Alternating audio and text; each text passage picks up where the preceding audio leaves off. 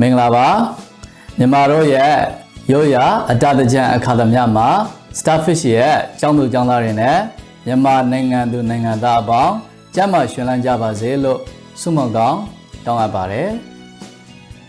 နေ့ဟာမှာကျွန်တော်တို့အငြိကြီးတွေအခက်အခဲတွေကိုတစ်ချိန်အေးလေးနဲ့စေကြောတန်ဆင်ပြီးတော့စိတ်တည်လူသိအင်အားတည်နဲ့ရှေ့ဆက်နိုင်ကြပါစေခင်ဗျာနှစ်သက်မှာမိမိတို့ရဲ့ရည်မှန်းချက်ပန်းနိုင်တွေစီရောက်လှမ်းနိုင်မှုအတွက်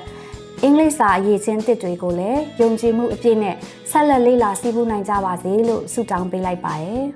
နှစ်သက်မှာကျမတို့ရဲ့သင်တန်းကျောင်းအနေနဲ့လည်းအကောင်းဆုံးသောသင်ကြားမှုတွေဝန်ဆောင်မှုတွေနဲ့အတူသင်တို့ရဲ့အနာဂတ်အိမ်မက်တွေကိုပံ့ပိုးကူညီပေးသွားဖို့အသင့်ရှိနေမှာပါ